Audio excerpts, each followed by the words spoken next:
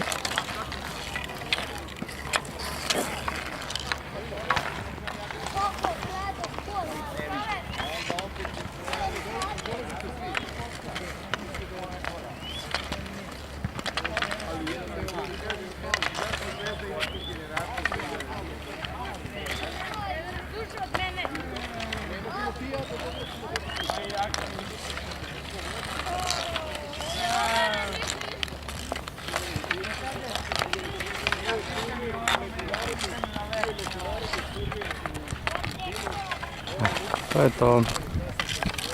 Idem ja malo u hlad odmoriti. Tamo da se pridružim ekipi. Ja